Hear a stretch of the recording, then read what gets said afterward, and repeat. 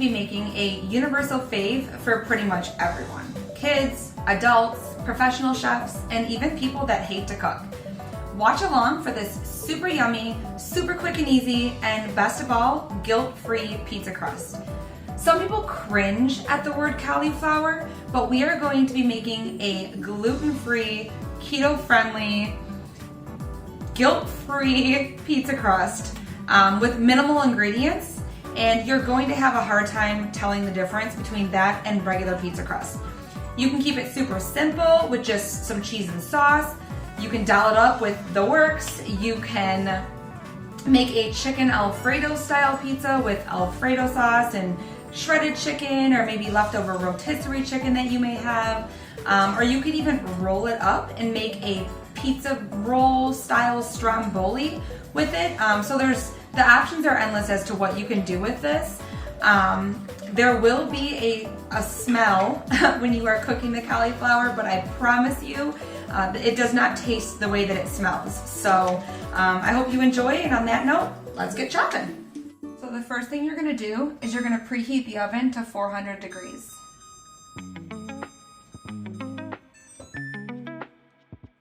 Okay, so first you're going to cut your cauliflower into smaller pieces, basically just enough to fit in your food processor.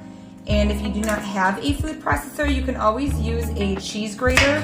It'll just take a little extra time.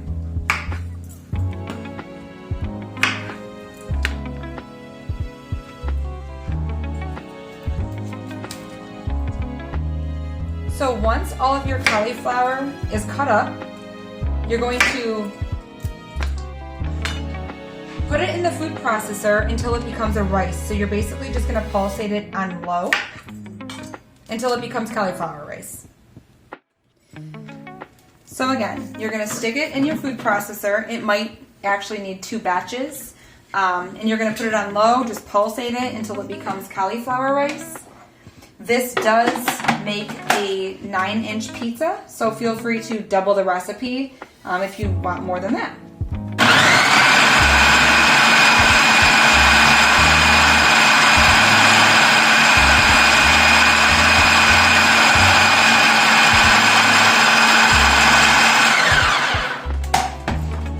So once it is done, I generally just pour it directly into the pan that I'm going to be heating it up in.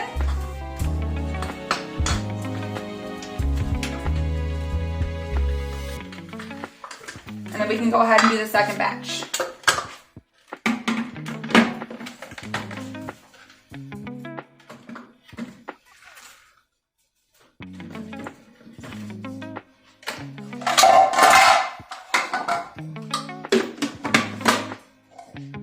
I'm not even sure if this is necessary. And we're gonna go out. It's necessary.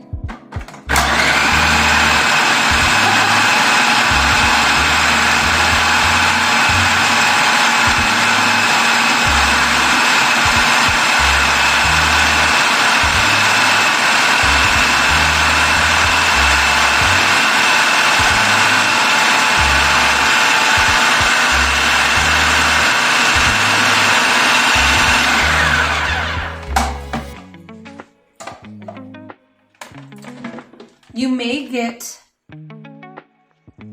a piece of cauliflower that didn't quite make it to the bottom, and that's fine. You can just go ahead and remove that.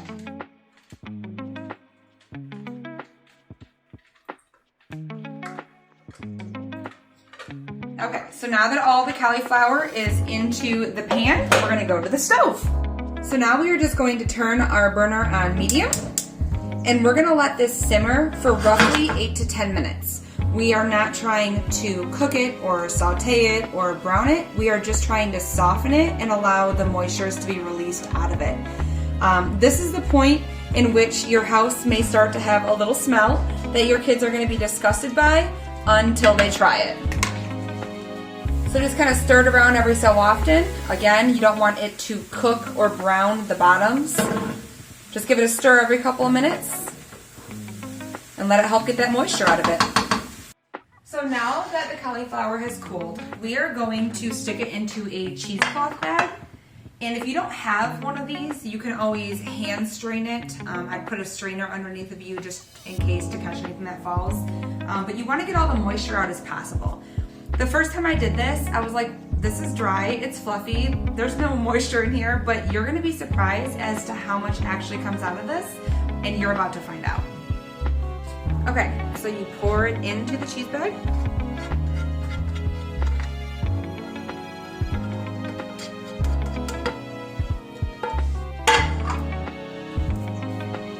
And then we squeeze.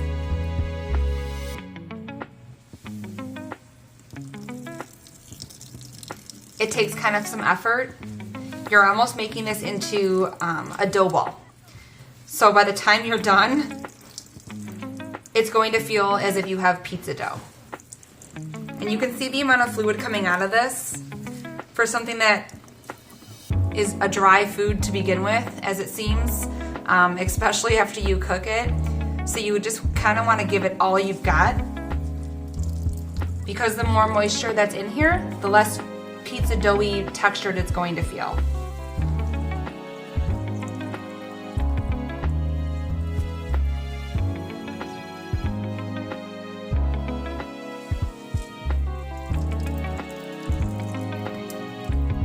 That's a lot of moisture.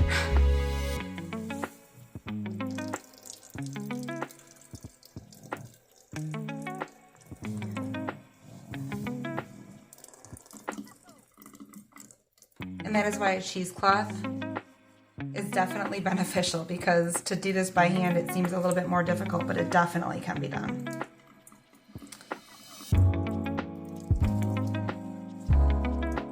Okay. Now we make the dough. So now you're going to pour the cauliflower into a bowl.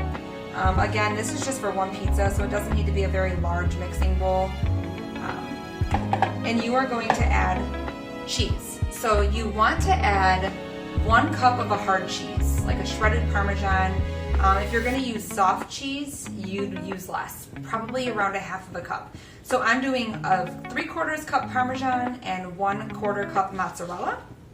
So you pour that in, and then you are going to beat 1 egg.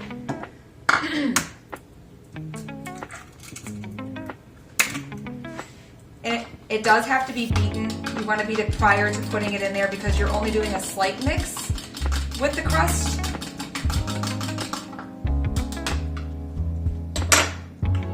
And you want to come into this with clean hands, because you are going to be mixing it with your hands to make a dough.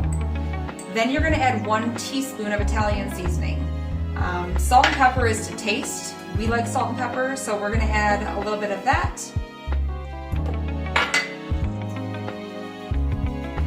And then all you're going to do is just mix it around till it becomes a dough.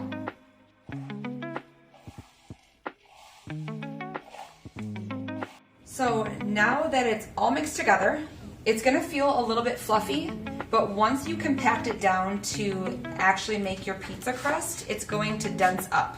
So stick it onto a parchment lined cookie sheet, or we're using a round pizza tray, and you're just going to start pushing it down and making the shape of your pizza. Again, it's going to make a 9-inch pizza, and you don't want it to be too thick or too thin, but you do want to make sure that the outer rim of your crust is raised a little bit to hold in the sauce, the cheese, the toppings, whatever you choose to put on. And then once this is done, you're going to pop this in the oven for a while to cook. Make the egg create that dough for you, and then we will take it out and add our toppings. So now that the oven is preheated, we're going to set it in the bottom shelf, which I have my bottom shelf raised up a little bit, so it's kind of more mid. And we're gonna let that cook for 25 minutes.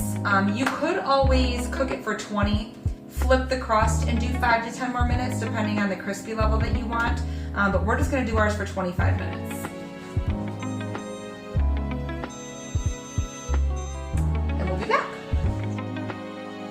So I'm gonna grab a couple things of fresh basil from the herb garden to put on top of the pizza, because we love basil on our pizza. So I'm gonna give this a quick rinse. chop it up and we'll stick it on the top. Okay, so now that the pizza is done and it smells delicious in here, I mean, very, very un-cauliflowery. And this is what the crust looks like. I mean,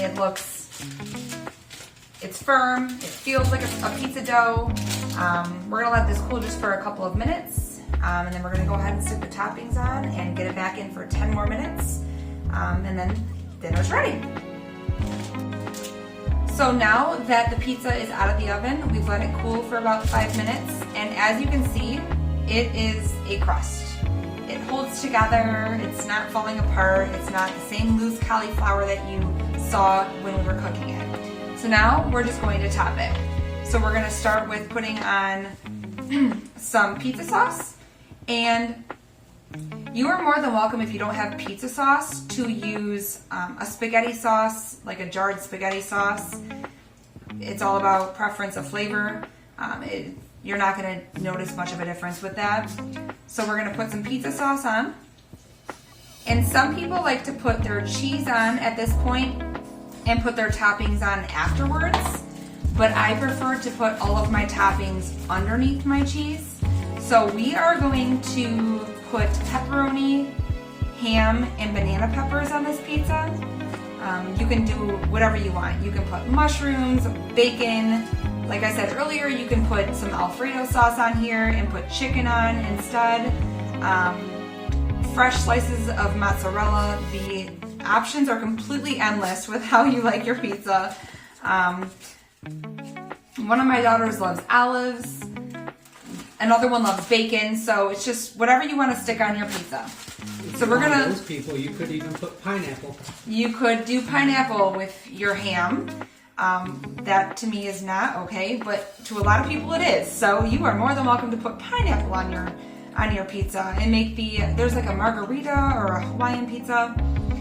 So yes, we are topping this off with banana peppers, which I have already drained. The less moisture, the better on any pizza, but especially on a cauliflower crust pizza. You don't want it to absorb too much moisture.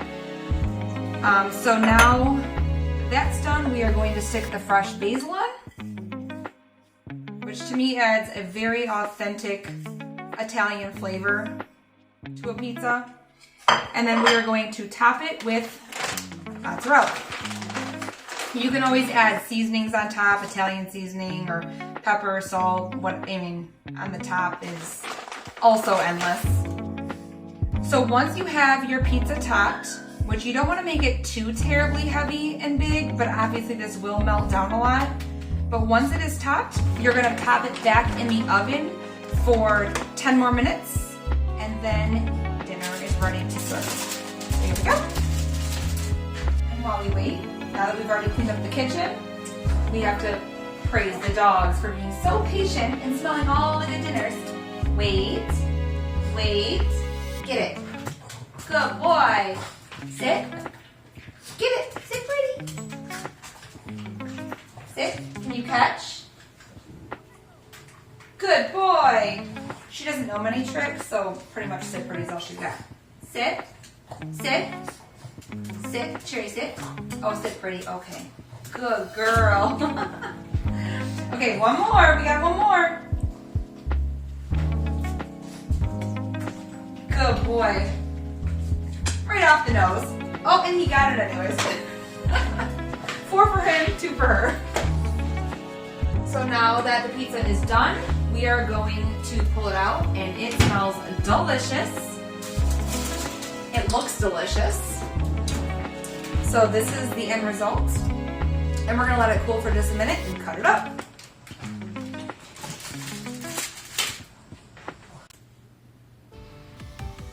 So now that the pizza has cooled, we are going to cut it into 6 pieces. Because again, this is pretty much a pizza for 2 people. You are more than welcome to double this recipe and make 2 individual pizzas. Just make sure that you put it on 2 separate trays. Because it's too big for 1 tray. So once it is cut, you will see that, oh, it's gooey. The pizza crust holds like a crust.